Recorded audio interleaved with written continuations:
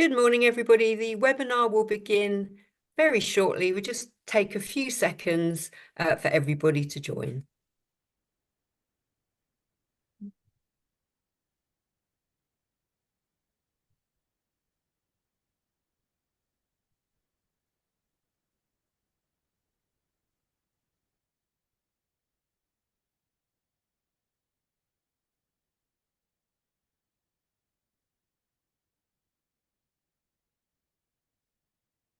So good morning, everybody, and welcome to this Global Government Forum webinar, where we're going to be looking at the major pledges and manifestos that have been put forward by the two main political parties in the UK general election. I'm Siobhan Benita, I'm GGF's Executive Advisor, and in this webinar, we'll be discussing the pledges that have been made in the general election campaign. I'll be discussing those with GGF's Executive Editor, Richard Johnstone.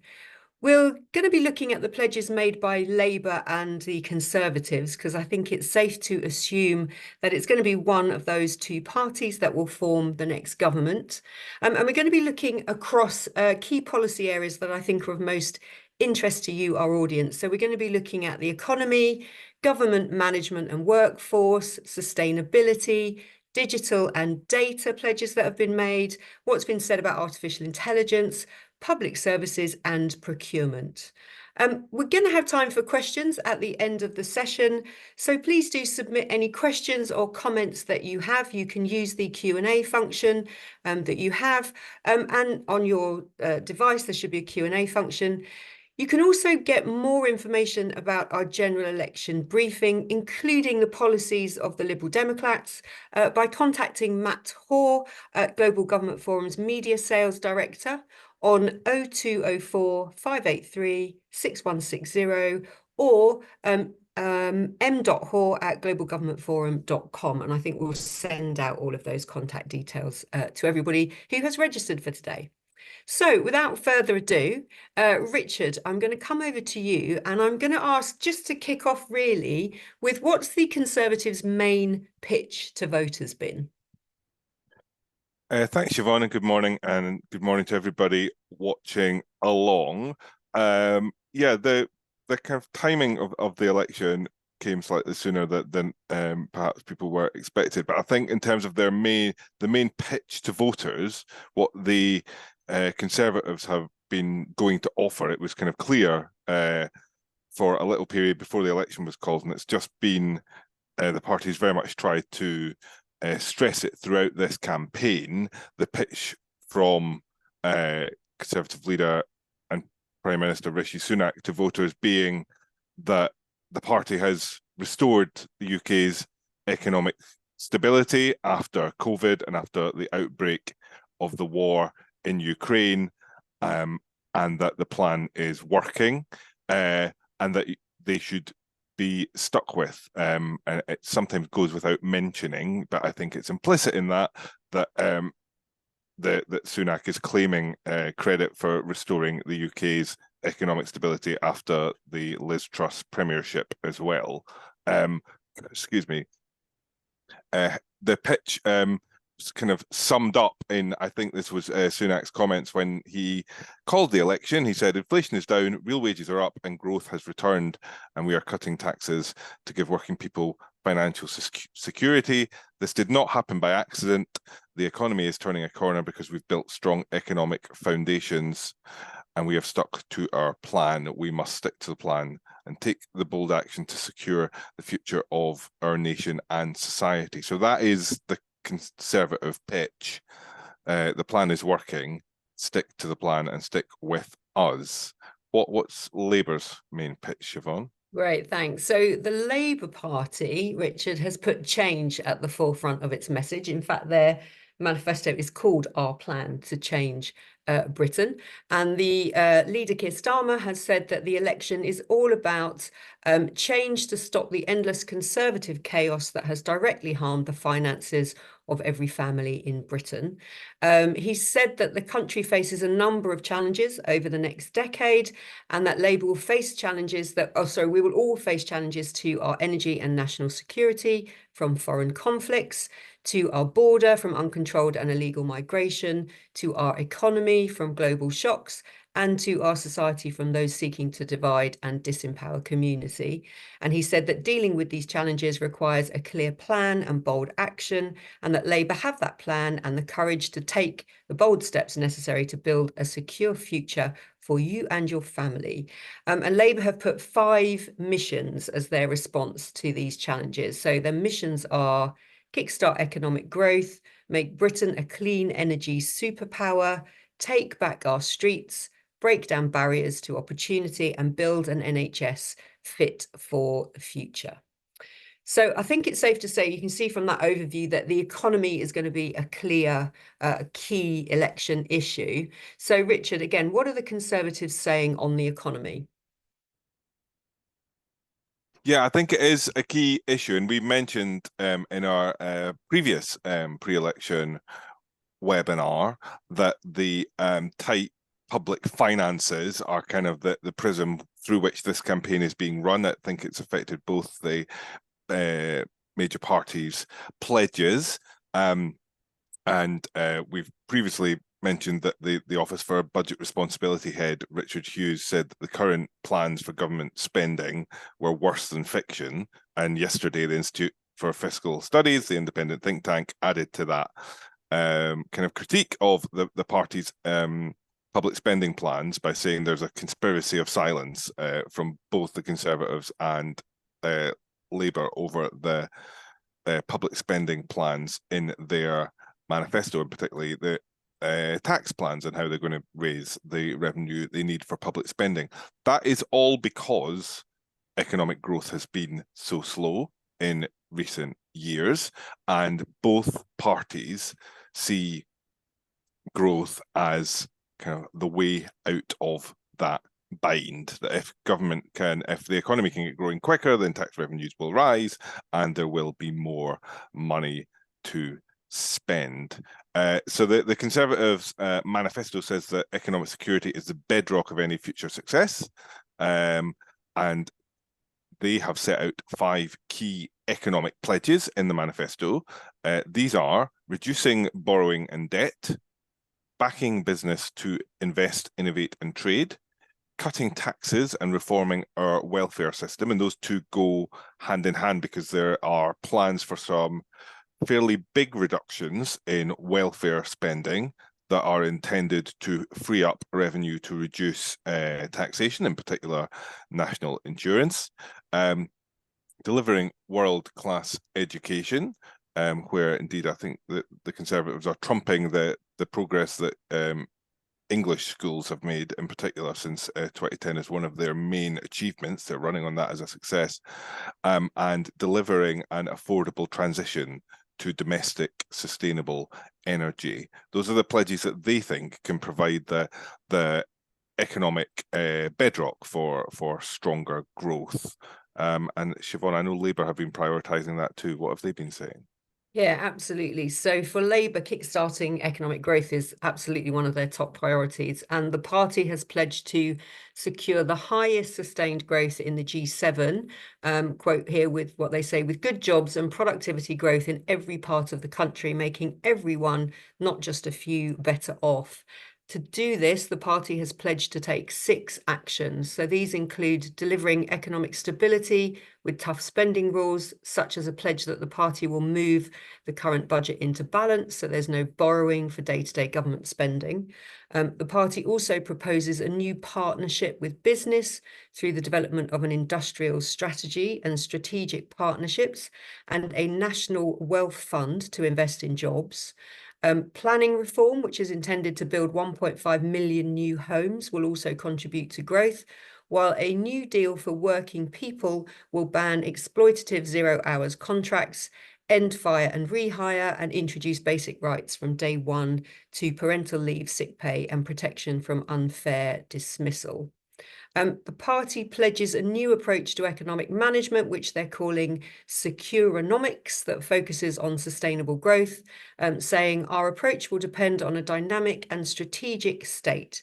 And the manifesto states this does not mean ever-growing government, but it does mean a more active, smarter government that works in partnership with business, trade unions, local leaders, and devolved governments. And I think that takes us right on to kind of a really key topic for all of us here today, which is civil service management and workforce. So, Richard, what are the Conservatives saying on that particular area? Yeah, certainly over recent years in government, the Conservatives have put a real emphasis on improving public sector productivity and central government productivity in particular, with the aim of closing the productivity gap that has opened since the coronavirus pandemic. According to the Office for National Statistics, public service productivity is about 5.9% below pre-pandemic levels. And the Office for Budget Responsibility has suggested that improving public sector productivity by 5%, so closing most of that gap, would be the equivalent to raising around £20 billion extra for public services. So that is where the effort in the last few fiscal statements that the Conservatives have released in government has been, and it's where there's a lot of emphasis as well in the Conservative manifesto, in their kind of pledge to continue that work. They have pledged to return the civil service to its pre-pandemic size. They've frozen recruitment, broadly speaking, at the moment, with the aim of slowly getting the civil service back to where it was before COVID. They have also pledged to half the amount of taxpayers' money spent on external consultants in government, and to introduce controls on equity, diversity and inclusion initiatives in government spending that they think can be wasteful. There is a broad pledge to bring Quango spending under control, but that would probably mean more controls for arm's length bodies. There is the promise to continue the plans to move 25,000, or sorry, plan to move 25,000 more civil servants outside of London as part of the Places for Growth programme. So that's in addition to the thousands that have already been moved, with the aim of both broadening the knowledge base that civil service has access to in more parts of the country, linked to the levelling up agenda, and probably over the long term reducing costs as well of not having to be in central London. And they've also pledged to open up civil service recruitment by requiring jobs to be advertised externally. Again, that's a pledge that they have made in government, and has been broadly introduced, but I don't think applies in all cases yet. So there's an aim to make that happen everywhere. There's also a few kind of skills pledges, and these play into some of the topics that we'll discuss later, but the Conservatives particularly pledged to double digital and AI expertise in the civil service to, in their words, take advantage of the latest technology that can transform public services. And in particular, they're going to ask government departments to deliver plans for 2% annual productivity growth at the next spending review, which we're expecting in fairly short order after the election. It might be this year, it might be next, but that is what the Conservatives are going to ask departments to do. There's also a devolution element to this as well. The Conservatives in government have helped create a lot of the kind of metro mayors in conurbations outside of London, and there's now an objective in their manifesto to ensure that every part of England that wants one has a devolution deal in place by 2030, so near the end of the next Parliament. But there's also pledges in the Conservative manifesto that somewhat curtail local discretion and somewhat push against that devolution direction. There's restrictions that are on the amount that local authorities can raise through council tax without a local referendum, and the party pledges to continue that. I think they've been in place since 2010. It might have been a couple of years into the coalition that they were introduced, but those are confirmed as ongoing promises from the Conservatives to maintain that restriction. And there's also a pledge to ban the development of 4-day working week practices in local authorities. There's one local authority in particular that's been pushing ahead with a 4-day working week pilot with the aim of helping improve retention and recruitment. And that has caused them to get into a bit of a row with the government. And there's a pledge, specific pledge in the Conservative manifesto to ban that practice, which slightly goes against the idea of devolution, but worth noting here. What about Labour, Siobhan? So I guess unsurprisingly, given how well they kind of did in the mayoral elections, Labour has said it will take action to devolve power out of Whitehall, with pledges to widen devolution to more areas beyond the existing combined authorities. And they're encouraging local authorities to come together and take on new powers. I think when it comes to Whitehall, Labour has made fewer specific pledges on numbers around how it would manage Whitehall, but they have said that they would improve resilience and preparation across central government, local authorities, local communities, and emergency services. And they've got a plan to reform the migration system by strengthening the Migration Advisory Committee and establishing a framework for joint working across skills bodies and the Department for Work and Pensions.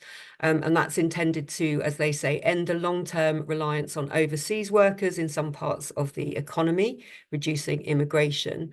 But when you look through the manifesto, they do have other commitments that definitely will impact on Whitehall and civil servants. So including, they have pledged a whole package of things that would mean more staff working on border security. So that includes more investigators, more intelligence operators, and 1,000 strong staff members in a returns and enforcement unit. They've also said that they will modernise HMRC and change the law to tackle tax avoidance. They are going to create a new regulatory innovation unit to update regulation across policy areas. And specifically that they've said that would also have an oversight role on the safe development of AI. They want a new independent ethics and integrity commission. And this is part of a package of things that they want to do to really start to look at rebuilding trust in government institutions, in politics, in kind of the House of Commons and the House of Lords. So in addition to that new Independent Ethics and Integrity Commission, they have also said that they want to modernise the House of Lords, removing ultimately hereditary peers, and bringing in a retirement age for peers of 80. So all of those things really focused on that rebuilding trust with the public. And I think, just as an aside, it's safe to say, even though they've got less in their manifesto specifically on Whitehall, the fact that the Labour Chief of Staff is Sue Gray, who was herself a very senior civil servant before, I think it's safe to say we probably would see some kind of interesting changes, I think, in Whitehall if Labour were to come in. So moving on now, Richard, the parties have also made a series of pledges on sustainability and climate, which is an area that we cover a lot here in Global Government Forum. So what have the Conservatives said on this area? So the Conservatives made a number of pledges on this, including reiterating the aim to reach net zero in the UK by 2050. But last year, Rishi Sunak set out a new approach to reaching net zero, which he said would help make sure that was done without imposing unacceptable costs on hard-pressed British families, as he phrased it.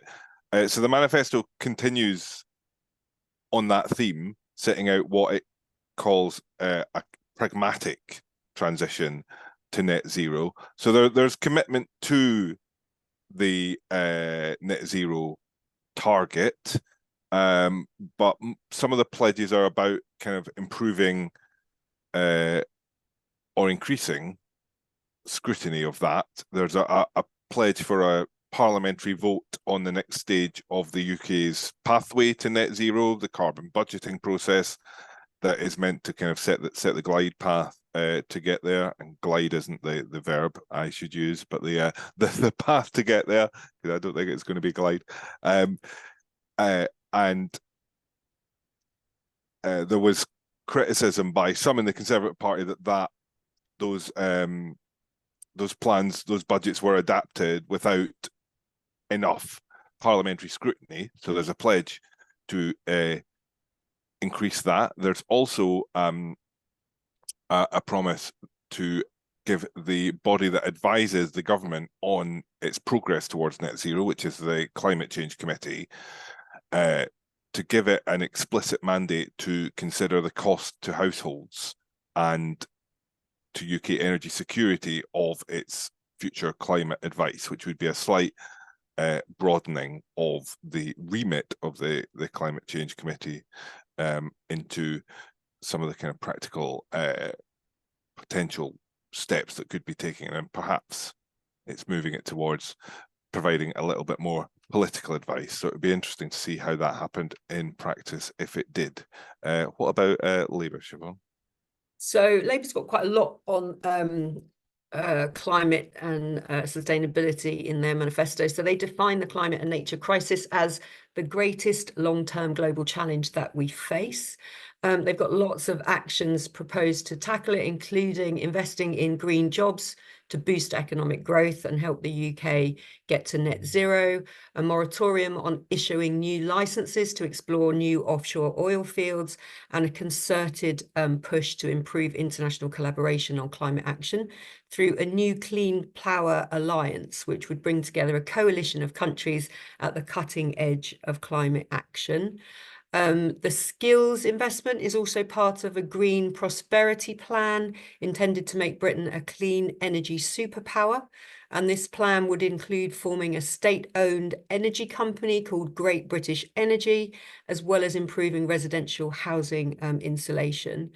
So some big things there. There's also a pledge to ensure the institutional framework for policy making reflects our commitments to reach net zero and meet our carbon budget. So I guess in practice, that would be one of those other areas where, although there's not specific detail on that, that would cut across Whitehall, I think, in all policy areas.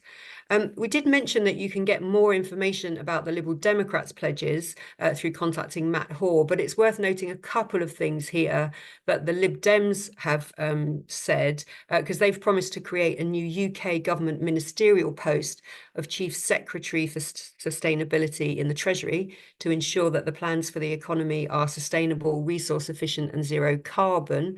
And they've also pledged to create a net zero delivery authority to coordinate action across government departments and work with devolved administrations on net zero action. And I guess it's worth mentioning a couple of those because depending on how the final election results kind of play out, you know, some of these things I guess might gain traction you know, in Parliament. So the Lib Dems might be able to get some of those, I guess, into whichever government is in power. So Richard, now we'll move on to digital and data, definitely an area where we do a lot of work in Global Government Forum. Yeah, thanks, Siobhan. Yeah, I mentioned earlier the Conservative pledge to double digital and AI expertise in the civil service, which is a slightly curiously phrased ambition, but there's clearly an understanding on the Conservatives that there needs to be an investment there to kind of take advantage of the latest technologies in public services, and they also pledge to continue to invest in the digital transport and energy infrastructure needed for business to grow. We'll come on to AI in a second, where again the Conservatives touch on slightly more of these pledges, but the other kind of major digital pledge in terms of public services is a pledged to roll out new digital health checks for 250,000 more people every year. So helping use the NHS app as a front door for NHS services to help people get health checks and get those kind of coordinated through digital means, which again is an effort to both kind of broaden the scope of the services available and make them more efficient. Thanks, Richard. And in Labour's manifesto, it's interesting. So they have limited mentions of digital in general, and I don't think they have a specific mention of digital government, but there are pledges there on data. So they've pledged to improve data sharing across public services to better support, in particular, children and families using a single unique identifier, which is really interesting. They're also pledging to create a national data library to bring together existing research programs and help deliver data-driven public services. And that issue of data sharing is something that comes up so often in the events that we do. And they, which is also, I believe, a pledge by the Conservatives, have promised to digitise the Red Book record of children's health. And then, Richard, you mentioned artificial intelligence. So let's just see, what have the Conservatives said in particular on artificial intelligence? Yeah, thanks, Siobhan. And a lot of these topics interlink quite a lot. So these are kind of distinctions that we've drawn somewhat, but obviously we appreciate that these will all be jigsaw pieces that fit together. But the Conservatives are very bullish on artificial intelligence. Their manifesto states that AI will accelerate human progress in the 21st century, just as the steam engine and electricity did in the 19th century. So there's the pledges to increase the expertise around AI in the civil service. There's accompanying pledges to invest in the use of AI in the NHS. And I think that's where the Conservatives would kind of see the fastest progress being made. There is an NHS productivity plan that is based on rolling out AI into the health service to free up doctors and nurses' time for frontline care. That is the public service where I think the plans are most developed in terms of deploying AI, and they're very keen to make progress on that. There's also a pledge on AI writ large that the Conservatives say they would invest over 1.5 billion in developing computing clusters. So the compute centers that can provide the raw kind of processing power for AI. So there's the investment in the hardware as well that would be needed to help the country make the most of artificial intelligence. What about Labour, Siobhan? Thanks. Yes, similarly, I think Labour have gone quite strategic on AI. So they've pledged that they will ensure the industrial strategy supports the development of the artificial intelligence sector. They've said in particular they want to remove planning barriers to new data centres. And then they've also gone specific on something. So harness the power of technologies like AI to transform the speed and accuracy of diagnostic services, saving potentially thousands of lives. So in particular, they've said the party promises to double the number of state-of-the-art scanners with embedded AI, stating that they are faster and more effective at finding smaller tumours to save lives. So I think they've done a similar thing in that they're going big in terms of how do you kind of support the development of AI in general, but then given some specific example, in particular in the health sector, of where they see AI being able to produce some very quick and very significant wins as well. Moving on to public services. So Labour has made a number of pledges on improving public services, which it says is essential to growing our economy. So coming back to the growth of the economy across the country, it pledges to build an NHS fit for the future that is there when people need it, with immediate priority on providing an extra 40,000 NHS appointments every week, and the objective of returning the NHS to meeting its performance standards from the past.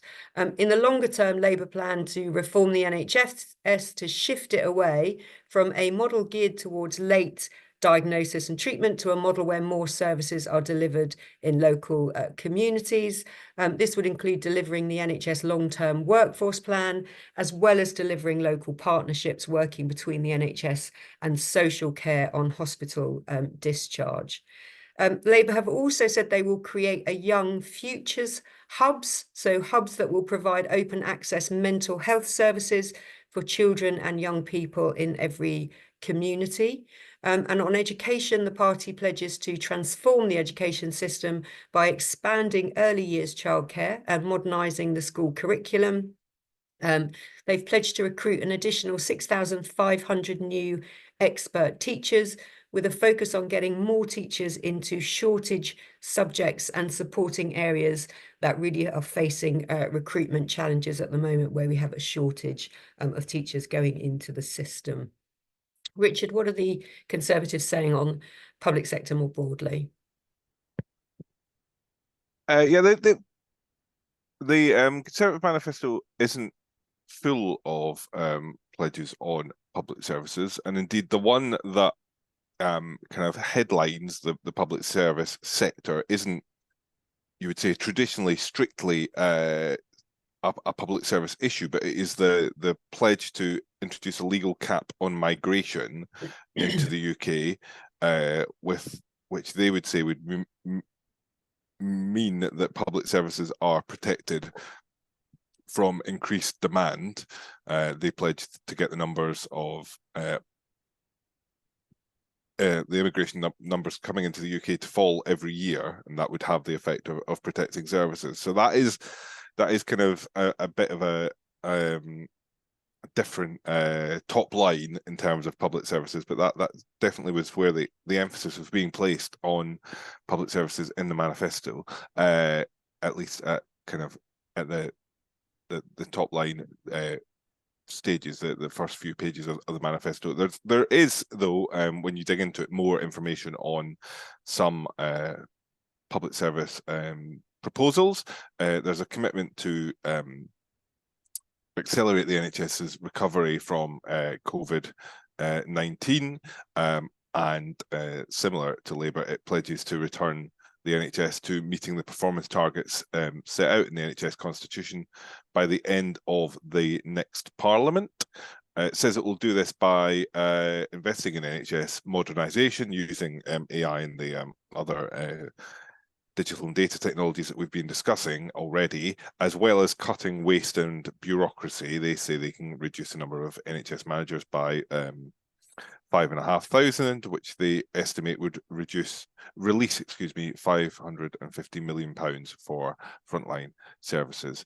The party also says it's committed to supporting a high quality and sustainable social care system, and would give local councils a multi-year funding settlement to support social care in the next spending review. I think we all know how interlinked the NHS and social care systems are. So that's one area they are pledging to take action. On education, the party is saying it will ensure that schools are banning the use of mobile phones during the school day, and are also proposing that parents would be able to see what their children are being taught in sensitive matters like sex education, while it also pledges to reform 16 to 19 education by introducing the Advanced British Standard, a new qualification that Rishi Sunak has put a lot of kind of personal time and effort into, I think, devising, which would enable young people to receive, as a Conservative see it, a broader education and remove the artificial divide between academic and technical learning. I mean, that's one of those phrases that when we have these kind of conversations comes up all the time. I think both parties would be keen on realising that. But they have slightly different approaches to achieving it. But that's something that I think, will definitely be a focus in the next Parliament, whoever forms the next government, getting that, trying to get parity of esteem, as they call it, between academic and technical education. Moving on to procurement, last section before we start to look into some questions, and we can tell you a little bit more about Global Government Forum 2. The Conservatives have said they'll work with public sector organisations, including local authorities and NHS trusts, to make sure that procurement opportunities are, I think this is a quote, focused on SMEs in their local economies where possible and practical. So there is a focus on expanding the use of SMEs in public service contracts. That is an area where progress has been made in government since 2010, but they're looking to kind of spread that throughout the wider public sector ecosystem. There's also a promise to improve public sector procurement in order to deliver a goal that 50% of all food expenditure is spent on food produced locally, or to higher environmental protection standards, and plans for a new integrated procurement model to quicken defence purchasing. And broader than the public sector, there's also a pledge to improve enforcement of the prompt payment code and support small businesses with the kind of perennial challenge of cash flow by giving additional powers to the Small Business Commissioner to tackle unfavourable, payment practices. So there's a kind of the public sector element of procurement where it's kind of in the government's gift, and then there's the kind of the bully pulpit, for want of a better term, about trying to improve procurement practices across the wider economy. I think Siobhan, Labour have made some similar pledges. Yeah, I was going to say lots of similarities there. So Labour has pledged to reform procurement rules to help small and medium-sized enterprises gain greater access to government contracts. They've also pledged to simplify the procurement process to support innovation and reduce micromanagement with a mission-driven approach in government. And it has also made some specific procurement proposals for public services. So these include, for example, creating a clearer route to get products into the NHS, reforms to defence procurement to reduce waste, and nationwide procurement standards across police forces, which would be accompanied by shared services and specialist functions to drive down costs. And again, those issues around access to kind of contracts, but also just simplifying the whole process, in particular for SMEs, is something that comes up a lot when we do kind of webinars and other events on procurement here in Global Government Forum. So I think we've kind of covered a lot of those key issues that we said we would at the beginning. And if you do have any questions, please do now post them in using the Q&A button, the Q&A function on your device. Any questions about anything we've covered, or any other things that you thought might be covered, or how you think the civil service is going to act post the general election, and what that might mean for civil servants and working in partnership with the private sector. Any questions you have at all, send them in now. But just before we get into those questions, we did want to kind of touch on for you how Global Government Forum might be able to help private sector organisations like your own to understand the work of government and help shape the agenda in the months ahead. So firstly, our engagement and collaboration platforms are designed to help amplify your organisation's reach and to foster kind of meaningful connections with public servants here in the UK and globally, regionally, or nationally. So our in-person events and webinars like this one, we have knowledge partners on the panels where they can share their insights and knowledge with public servants. So they'll be sitting alongside public servants as speakers, and then we'll have an audience of public servants and civil servants. And then I guess the key in-person event post the election, so the first one post the election, it's within 100 days of the election result, will be our Public Service Data Live event, which is on the 19th of September. A really successful event we ran last year, and we're doing it again this year on the 19th of September. At this event, civil service leaders will come together to discuss how to deliver digital transformation in government and all things to do with data. It's the key event really for organisations that will want to understand the priorities of the new government, because you'll have the senior officials talking about what they are working on. And we'll be hosting sessions looking at how data can be used in government, from using data to help make world-class services to how data and AI can boost public sector productivity. There'll also be sessions on how to use data to drive more innovative government, as well as practical steps on how to make data easier to use across and between departments. And I guess you'll also hear from civil servants if they're being asked to kind of change arrangements or anything, given the new government are coming in, whether governance is being shifted, whether new teams are being created. All of those things will be discussed at these events. All of the sessions will include civil servants from across the UK government, so it really will provide a kind of unique opportunity to find out how the government's agenda for public service innovation is shaping up. And then we have a whole host of innovation events running up to a really major annual conference that we run in March each year. So our innovation program includes things like we'll be hosting webinars on how to make innovation happen in government, from opening up policy development to people-powered insight to the next steps on innovation and digital transformation. And also, if there's a topic that you, as a potential kind of partner, would like us to cover in a webinar, then you can please get in touch because we do run bespoke webinars for clients as well. So to find out more information on all of these kind of commercial opportunities, all of our events, our webinars and other opportunities, again, you can contact Matt Hoare, Global Government Forum's Media Sales Director, and we're going to be sending those contact details out to all of you now. I think we've already put them in the chat function. But I guess before we turn to the questions, thanks, David is sending in some questions already. I think the key things that I would say for you, if you're thinking about what you might want to be doing kind of over the next few weeks and months, is one, be thinking about how do you raise your profile with kind of the civil servant leaders and new kind of officials after the election. How do you make yourself known? What are the best opportunities? So like the events that we run, other opportunities to make yourself and your services known. If you think you can help whichever government comes in deliver on their priorities, these things that we've just gone through in their manifestos, then get your kind of plan together, get your kind of pitch together, read those manifestos again and figure out where it is you can best help once that new government is in. And then I would say not much will probably happen immediately after the election, because we will go into the summer period. There'll be kind of that reorganization, I guess, across government as well, new teams forming. But come September, I would say be really prepared. Be really prepared to kind of get involved, start those conversations with officials and look at things like the GGF events, like the Public Service Data Live.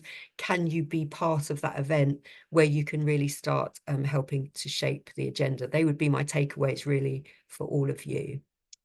Richard, did you want to add anything yourself in summary, or should we go to the questions that are coming in?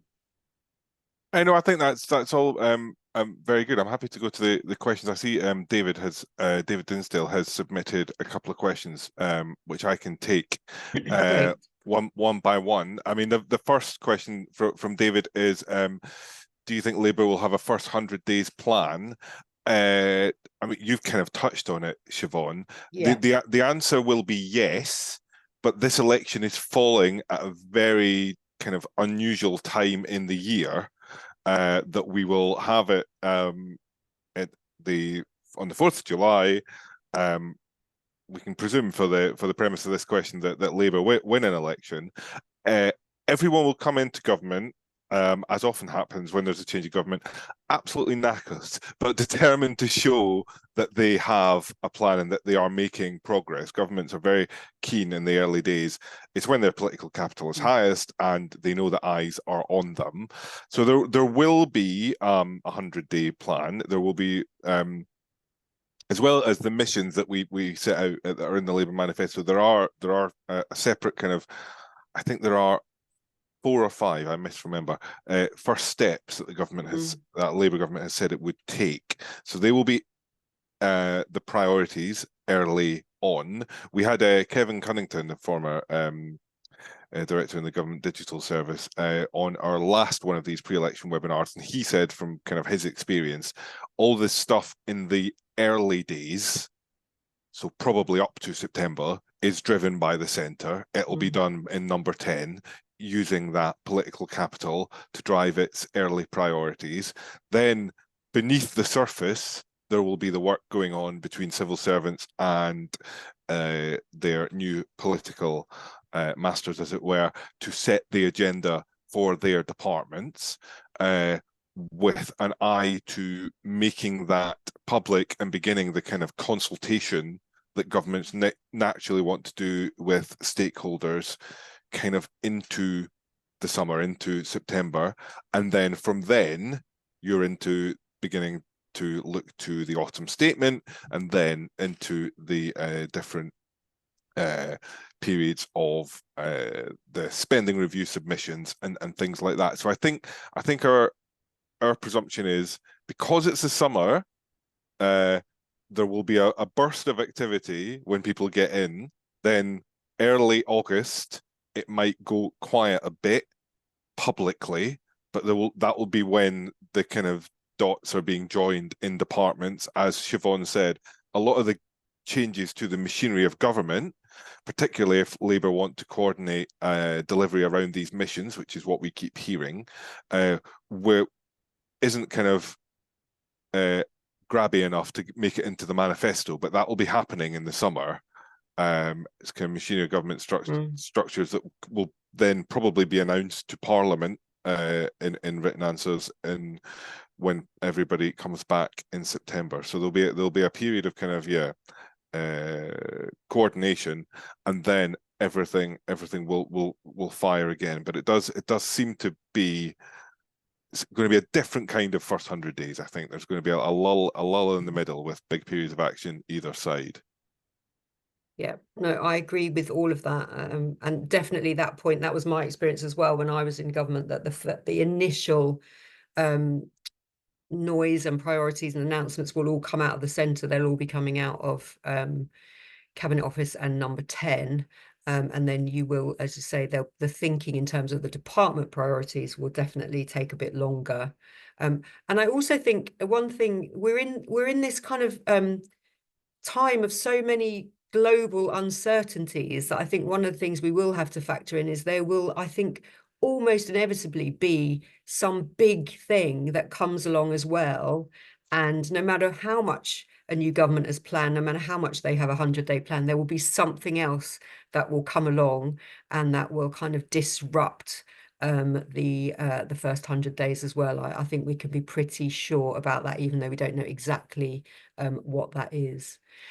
David's next question is quite interesting. On procurement, Richard, do you think Labour will implement a stop and review everything process for in-flight procurement, so things that are already underway, potentially led by Sue Gray? I'm not sure this will be led by Sue Gray. I think Sue Gray will have lots of things that she will be doing. But I mean, my initial thoughts, Richard, is everything is going to be reviewed. I think everything will have to be reviewed to see if it does help move them towards their priorities and if it's in line with their priorities and their missions. However, when it comes to kind of procurement, it will all depend on kind of how far they are down that process, I would have thought.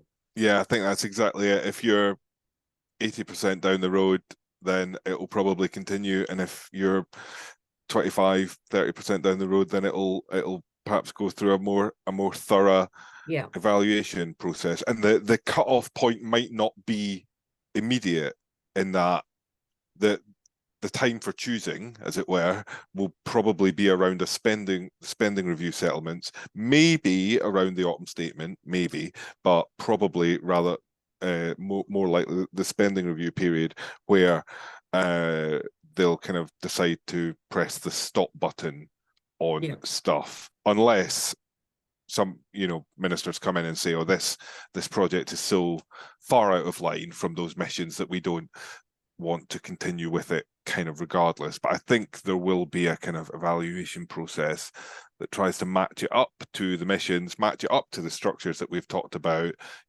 different kind of committees and commissions in Whitehall linked to the missions, and seeing which pieces into that. And it'll take a while. That's why we're saying about the summer, to coordinate those structures and to have it kind of have the flowchart right.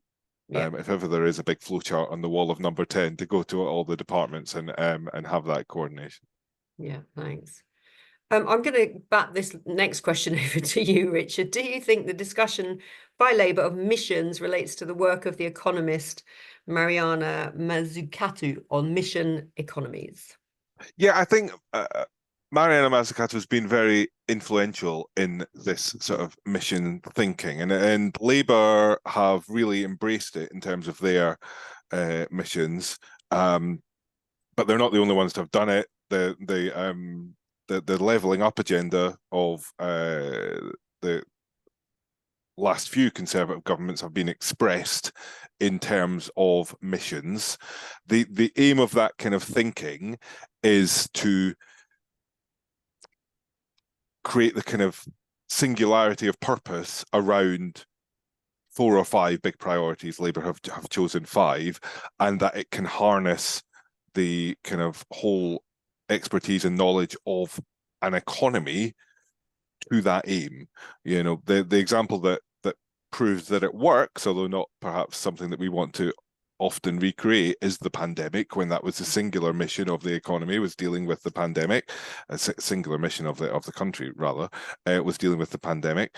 And you know, Mariana Mazzucato has written about these kind of mission ideas long before COVID. So it's kind of inspired often by the Apollo project to get man on the moon, and the singular focus that comes from that, and that kind of leads on a little bit to the point Labour Siobhan was making about Labour's manifesto being talking about a partnership. All these missions are often framed in, particularly in Mazzucato's work, as partnerships, as a way to catalyse how government and private sector organisations work together, as a way to make sure that they share information, they share expertise, and that there's much more of a conversation ongoing between government and private sector organisations on these key priorities that have been set by the democratically elected government. So I think that is exactly the prism through which Labour want these missions to be delivered. They want to have a partnership with business. There are elements, we didn't touch on them in the key areas that we covered, but there's you might have touched on it, in fact, Siobhan, about the New Deal for workers' rights. So Labour want to improve workers' rights, and that is going to be part of kind of what the government asks of business. But as part of the return for that, Labour, I'm sure, would say it's a good in itself and it doesn't necessarily need a return. But as part of the return on that, they will be creating partnerships around these missions with an investive and active strategic government that can kind of facilitate important investment. And, you know, we've already said it, the overarching aim is growth. So that yeah, read your Mazzucato, folks, or if you don't want to read your Mazzucato, read Global Government Forum, and I'll try to David has said thank it where you. it fits. Very insightful. Thank you, David.